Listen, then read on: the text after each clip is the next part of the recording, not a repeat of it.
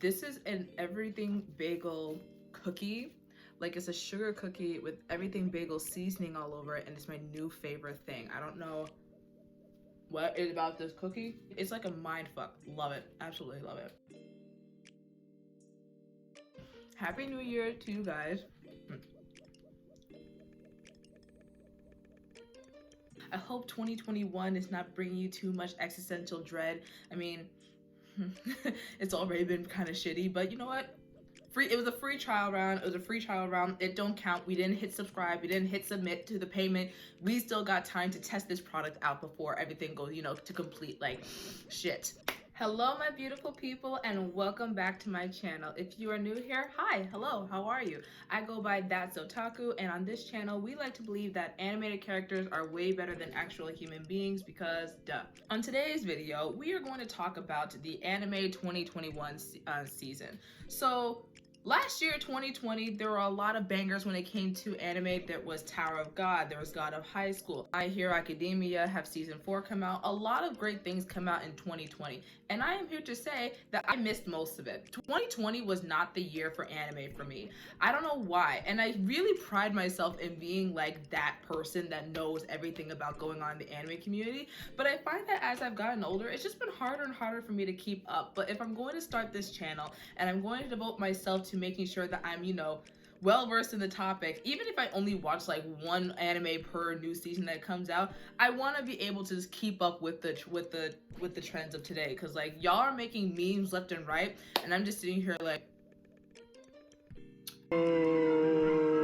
I'm not part of the club yet, and I want to be part of that club, So that's what we're going to make 2020 all about. 2020 is going to be the year of me getting back into keeping up with up-to-date anime and trying to understand, what the young people are into and all that stuff. Oh, I feel like I'm so old, but I'm really not. Like, I've only been watching for not even for a decade now, but like there are some people who have been like OGs watching from like the 90s and the 80s, so it's just all in my head at this point. I'm sorry, I'm starting to ramble. We can try and make 2021 the year that I don't ramble, but you signed up for it when you hit subscribe. But thank you for hitting subscribe. Make sure you hit that subscribe button if you aren't, so that'll be really cool. At this point in the year, we have begun the winter 2021 anime season. A bunch of favorites, like old fan favorites, are coming back for a second season. We're having continuation, we're having new content, and I'm ready to just, try to keep up. Will I keep up with everything that I say in this list? Probably not. I saw this as a thing on other YouTube channels. Like, my favorite anime YouTube channel is the Anime Man, Joey's channel. Absolutely love it. So I'm stealing his concept for a little bit and borrowing it here. He'll be fine. He has like 3 million subscribers at this point. He won't mind sharing his ideas. First thing that I have on my list that I want to talk about in terms of what I'm looking forward to is Attack on Titan season 4, the final season. Now, I remember when I first saw Attack on Titan. It came out, I believe, the summer of 2013, summer of 2014? No, summer of 2013, and I remember because it was the summer before going into my senior year of high school, and at the time, in early high school, I wasn't really into the shonen genre. I'm still not. I was more so into like the slice of life, the romance, the comedies. Those things were really what got me going. So when I saw Attack on Titan, I was like, I don't know if I'm really gonna really like this. I don't know if this is gonna be for me. I don't know if this is gonna be like too violent for me, because I get really squeamish. I don't really do violence that much, but gave it a try. Loved it. Absolutely loved it. I was obsessed with it. I cosplayed as Mikasa for Halloween one time. I could put a picture up here if you want to see that cosplay. I'm not the greatest cosplayer, but it was a fun moment. I love the music. I love the show. Binge watched it over and over again, and everyone, and me along with everybody else in the anime community, we were all just raving. And then 4 years go by or so, and there's no season 2, no recollection of it, and it was hella disappointing, because if you remember the hype of Attack on Titan when it first came out, everybody was on it like crazy. Like you had like Attack on Titan cereal boxes, whole ass cafes with Attack on Titan menus came popping up in Japan. You had merchandise, you had memes, you had people reacting to watching Attack on Titan for the first time, and people were recommending it to their friends as being like, oh, you want to get into anime? Here's Attack on Titan, you'll like this. Everybody was going so hard for it, and then for it to all of a sudden go silent, which we have seen before. Like you'll always have like those anime that have like a great first season and then it never gets to season 2 and you're just sad. I'm still sad about Ouran High School Host Club, but you're just sad and you just have to somehow get over it because there's other things to watch. But I really was like, I was really heartbroken. I was very hurt. So then when they, of course, came out with season 2 and season 3, I was like, wow, this is great. But y'all really missed the bandwagon. I mean, Attack on Titan itself will always have its own core audience. It'll always have its bandwagon. But I feel like the hype for Attack on Titan now is definitely not as much as it was in the beginning when it was just absolutely worldwide scale of excitement. But they were able to follow through with a season 2, and then we got a season 3, and we were like, what? Y'all giving us a 3rd season? And now they gave us season 4. I'm very excited. I'm very excited because they're taking the entire manga and animating it, and it's great for people like me who don't read manga because I will be addicted to the manga and finish the manga in 5 seconds, and I will never get anything else done in my life. But this is a win for us. So far I've watched every single episode that's come out. I really enjoyed the opening song. I think it's a bop. At first it kind of made me uncomfortable and squeamish. I don't know if anybody else felt that, but like the visuals and the song itself just made me feel very like queasy. But now it's my jam. Like I'm ready for it. Like, yeah, war.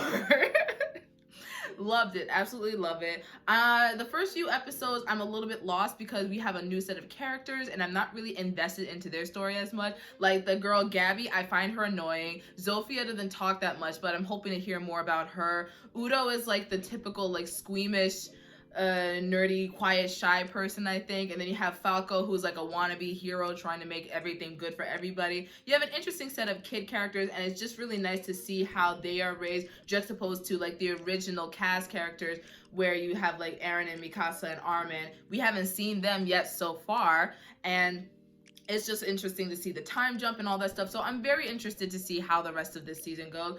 The next one on our list is Promised Neverland Season 2. I love the Promised Neverland. Norman is my son. He is my child. Like, you know how you have your own imaginary husbandos, you have your waifus? Norman's my son. He will always be my son, and I'm wishing the best for him. Part of me, and again, I don't read the manga, so I don't know what's in the manga. Part of me thinks that Norman is actually still around and he's still gonna come back in season 2 and we're gonna have some plot twists and all that stuff. So I'm very excited to see what they do there. This was the anime that I helped get a lot of my non-anime watching friends or people that aren't obsessed with anime as much as I am.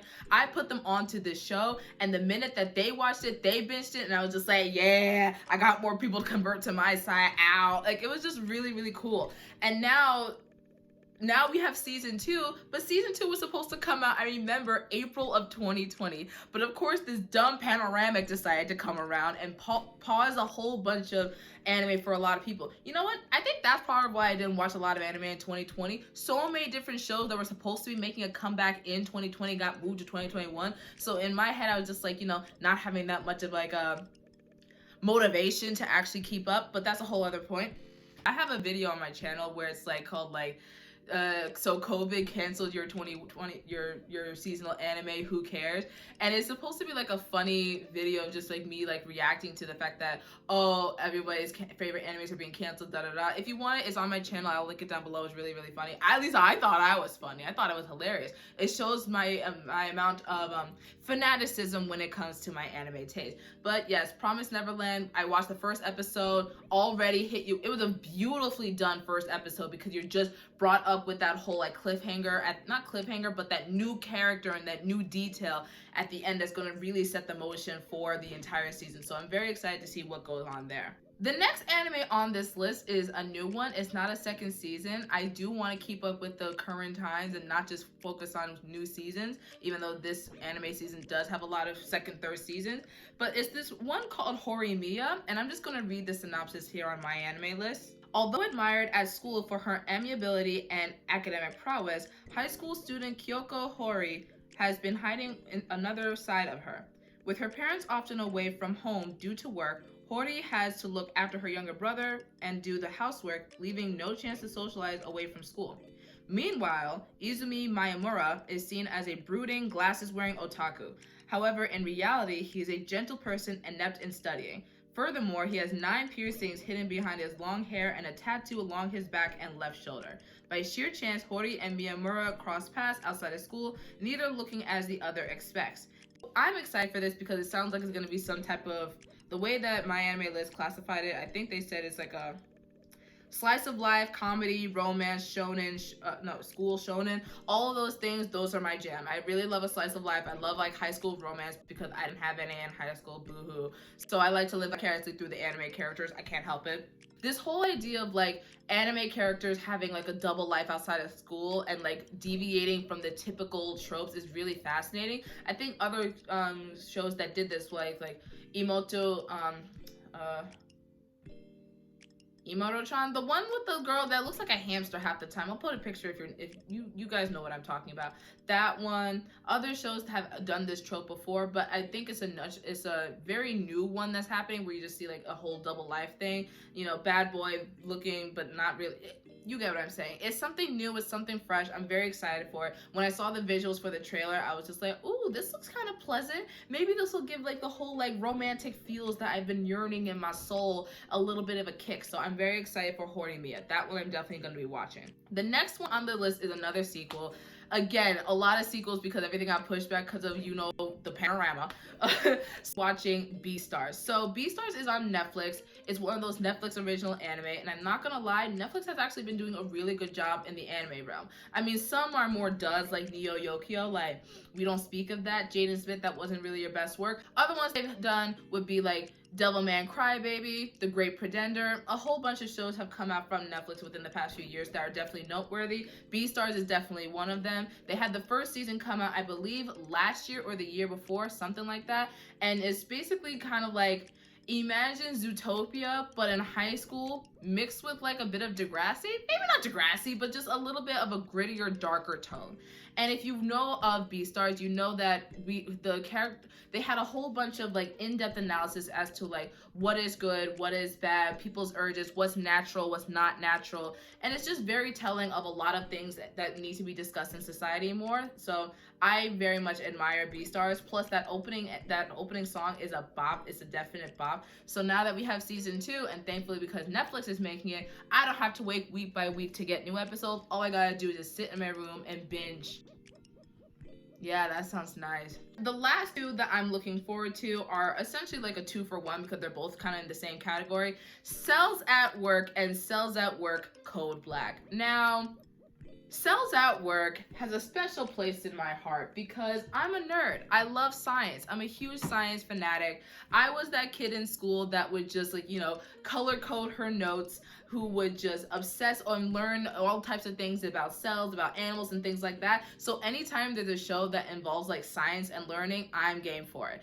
This, Cells at Work, if you know the plot, the basic plot line is essentially all the cells and things that work in the human body. They are personified as these cute little characters, and they're just going about their day trying to, you know, like, oh, I'm a red blood cell. I'm going to deliver oxygen to the lungs, things like that. Or no, deliver oxygen away from the lungs to the, you know what I'm trying to say. But yeah, things like that. I just loved it. I loved the concept. I loved that the red blood cell that we knew from last time was just really cutesy. And I loved how white blood cell was just like a brooding, like tough guy. But also I loved the scientific accuracy within that show.